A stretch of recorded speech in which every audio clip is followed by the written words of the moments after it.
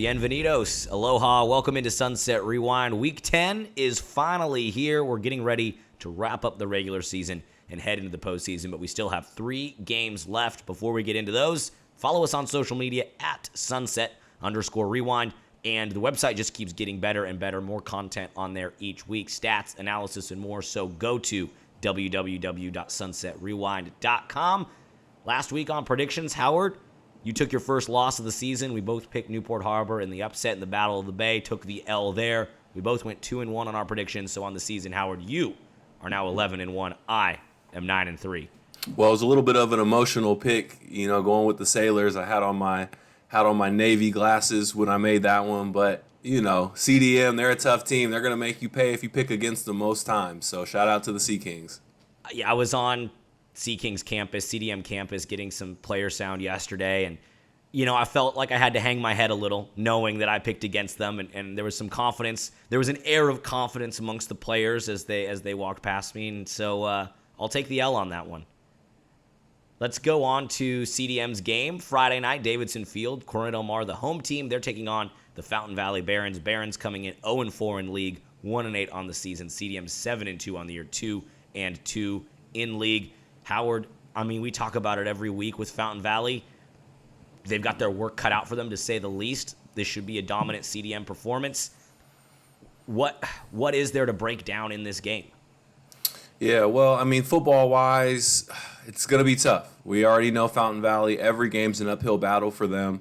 I'm glad they won a game early on in the season, first game of the year, so that they don't have an over season, because we know in Sunset League, you're not going to win a game most years if you're Fountain Valley, at this stage in the game. So what Fountain Valley needs to do, really it's about their seniors. Ivan Benitez last week told us that there's 4 guys in their program that were on the freshman team and now they're seniors. But there's other seniors, whether they transferred in or they didn't play freshman year. So for these guys, that's kind of what I'm looking at. They want to go out and feel good about themselves in some capacity. They're probably not going to win the game, but hopefully they can win their individual battle. Whether that means dominating the man in front of you on the field, or maybe it's just being a practice player and help getting your teammates better and helping prepare them for the Sea Kings. Whatever that is for these seniors, hopefully they can feel good about themselves and their high school football careers. Maybe it didn't go the way they wanted. They stayed home, they went to their local school, and they didn't win a ton of games, but they fought hard, they represented well. And so this is one more opportunity for them to go out and finish up their high school football career and maybe their football career on a personal high note. Well, Coach David Gutierrez from Fountain Valley, he understands it's a long road ahead to rebuild and reinvigorate the Fountain Valley football community. We asked him what his message was for the team heading into this final week. I talked to the guys, and I even talked to our school. We had a pep rally, and we're a community team, so our big thing is we're going to continue to fight for Fountain Valley and our community and our families. So our thing is just having pride in our program and who we are and the community that we fight for. Meanwhile, Corona Del Mar, they have guaranteed themselves a playoff berth. They'll finish in the top 3 in Sunset League, regardless of what happens on Friday night. Talking to senior right tackle Diego Reyna, I asked him, what are the Sea Kings working on? What's the offensive line specifically working on going into this final week of the regular season? Consistency, tighten it down on the, not just for myself, but the rest of the unit on the line of scrimmage, not letting delayed backers get to us, and just consistency all around. Well, cleaning up some of those mistakes with the blitzing linebackers and the pressure on David Razor is going to be huge for Corona Del Mar this week. We expect for them to roll. We expect for them to get a big win, but they have things to clean up. Last week against Harbor, the Sea Kings had 4 interceptions in the first half. A lot of it was due to pressure, due to some bad decision making. So they're going to want to get back on track with their offense, have a clean game, get as close to mistake-free football as possible, and use this as kind of a tune-up to get their focus back as they head into the playoffs. Yeah, we saw Corona Del Mar pick up a lot of first downs, big chunks of yardage, running direct snaps to David Razor, getting behind Evan Sanders. That worked well against the Sailors. I don't know if they're going to be able to do that consistently throughout the postseason, but that was an interesting wrinkle to their offense that really stood out to me.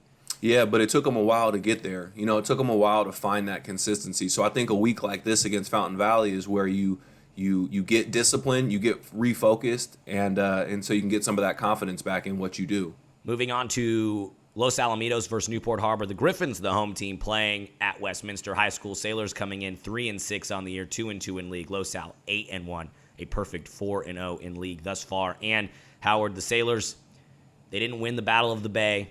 Their odds of making the playoffs are extremely slim as an at-large team. And the Griffins, meanwhile, as we say every week, as we've said every week this season, they're firing on all cylinders. The only question for them is, do they have to face a Mater Dei or a Servite or a top team in the opening round, depending on how things shake out? But this game, I think we're both going to predict a Griffins victory.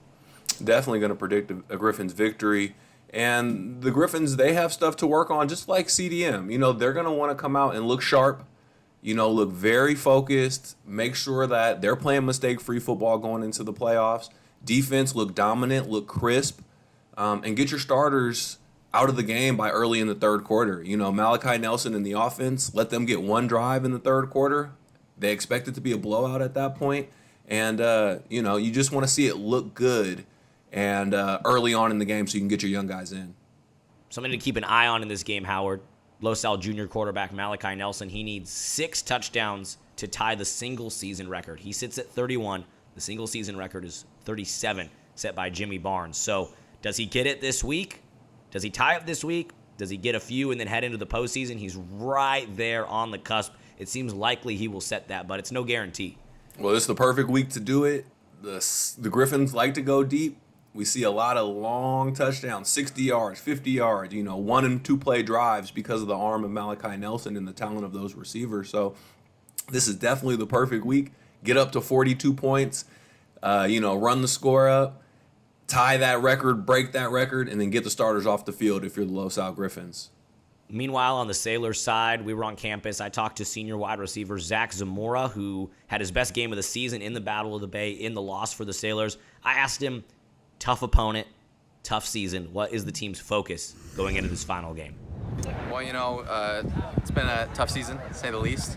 But, we just want to go out there. We just want to play our game, play at our standard, the best we can play. We just want to go out there and have some fun.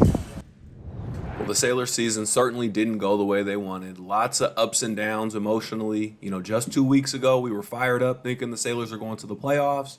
Now they're looking at a possible 3-7 season, not feeling so good about themselves. So in this last game, they're definitely going to focus on the individual battles.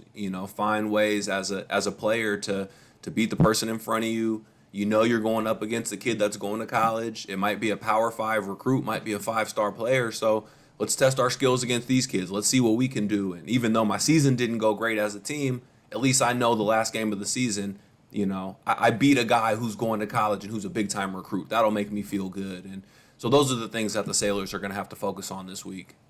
And similarly, like we talked about with Huntington Beach against Los Alamitos last week, this is a chance to get on film against D1 guys like Cashin Hendrum and Josiah Lamarque on offense, Carson Diavola on defense, guys that I think really want to get some of that film against tough opponents who think they can stack up pound for pound against some of these D1 guys. This is an opportunity for that.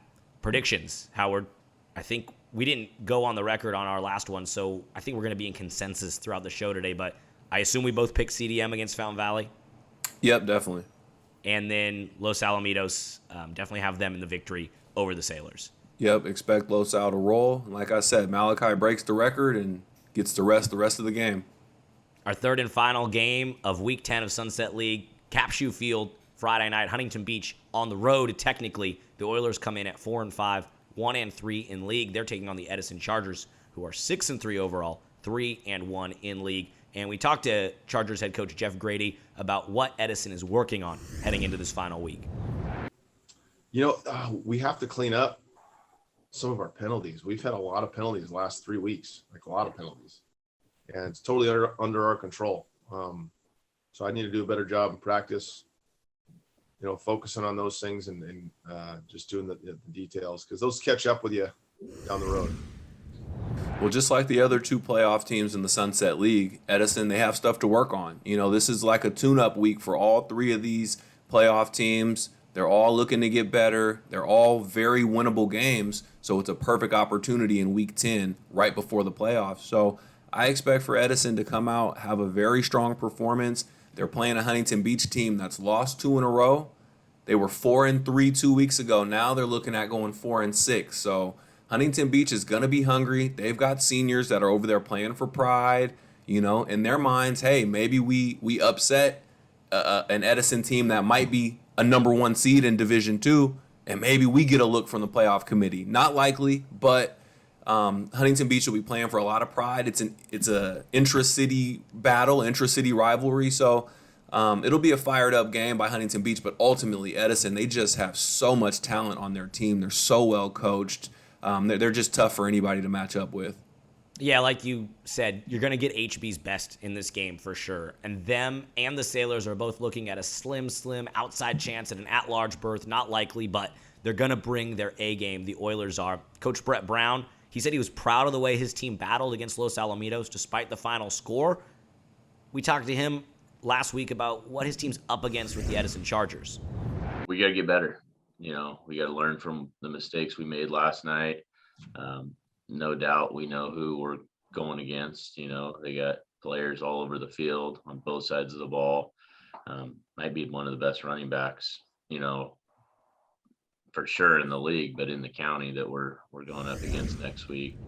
Well, Troy Fletcher's really good. Tyler Hampton's really good. Nico Brown. I mean, there's just so many guys that are really good on Edison.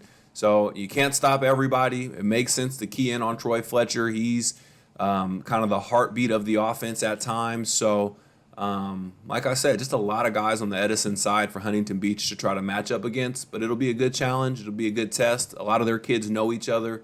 So it'll be a fun opportunity for Huntington Beach to go out and try to get a big win. Prediction time. I am rolling with the Chargers dominantly, keeping it real. Like you said, this is a tune-up week for the 3 guaranteed playoff teams, the Sea Kings, the Griffins, and the Chargers. Can't wait to see what they do in the postseason. That's going to be really exciting, but I am rolling with the 3 favorites in these games this week. Absolutely. I'm going with the Chargers as well. I picked them every week this year except for against Los Al. I picked them to win league in the preseason, and I'm picking them to represent the Sunset League and go get a CIF title. So I'm definitely picking them to roll this week. Yeah, I can't wait for 1 week from now when we're doing our postseason preview show.